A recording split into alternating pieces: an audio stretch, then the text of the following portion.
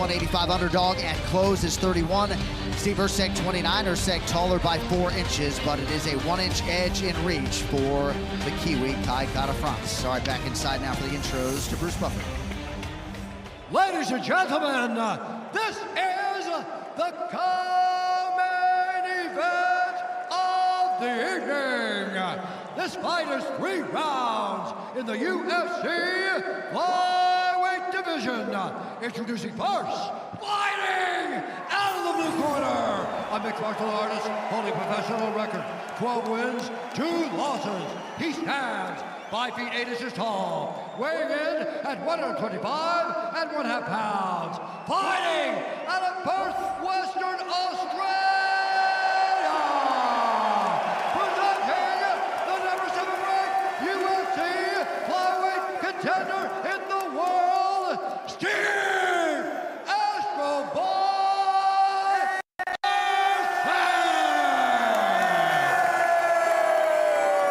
And now, introducing his opponent, fighting out of the red corner, a mixed martial artist holding professional record, 24 wins, 11 losses, 1 no contest. He stands 5 feet 4 inches tall, weighing in at 125 and 1/2 pounds. Fighting out of Auckland, Australia, presenting the #4 ranked flyweight contender in the world, Kai "Don't Blink" Kara-France.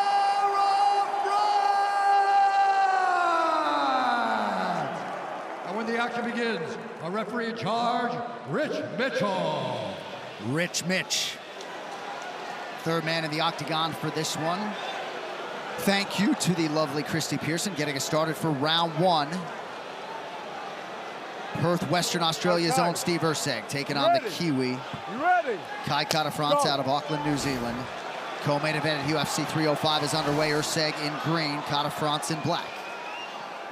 Watch the calf kick for France because you can see how bladed Erceg is. Stays real bladed sideways. That's why it's hard to hit shots on him.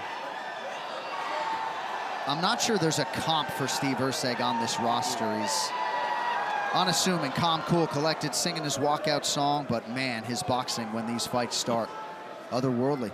It's unbelievable to watch this kid put his combinations together. He's so smart. When he's in the middle of so much chaos, he seems to operate in a state of calm. And you can see it from the moment he starts to walk to the octagon.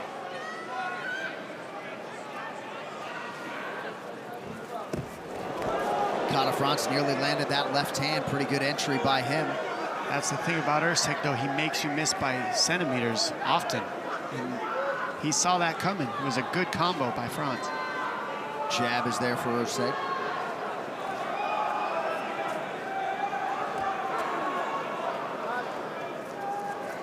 Kara-France, another one of these guys that spoke with us extendedly about the newly revamped strength and conditioning program at City Kickboxing. Just more detail was the way Kara-France described it. You could see the way that Erceg just barely slides out. He doesn't slide too far out. He's looking for that counter. He's trying to find the range and the timing of Kara right now.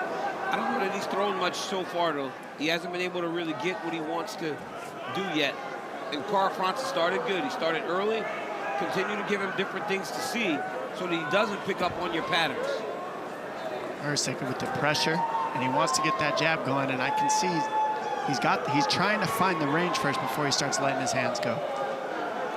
5 straight wins for the blue corner as we sit here right now. Steve Erceg trying to keep that trend going. Kara-France changes his level, lands to the body. Erceg counters with a leg kick.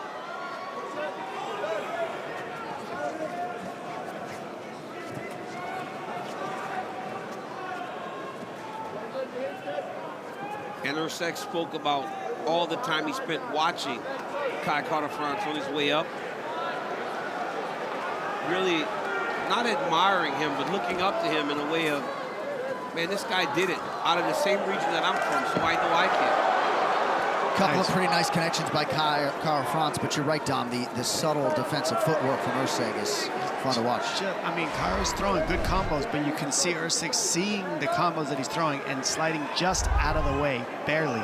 not huge movements, and that's what's so sharp about him. He's making reads right now, and that jab, when that jab starts landing. Well, it has started, right? I mean, Kara-France, I think, starting to show some effects. There it is right there. He's starting to find his mark. Erceg's just taking his time.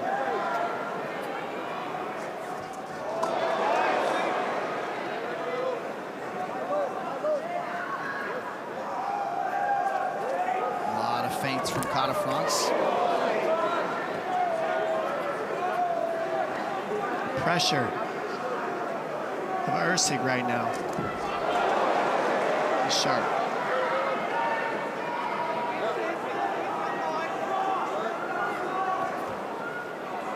Kara-France attacks the body. He's been committed to that cause early.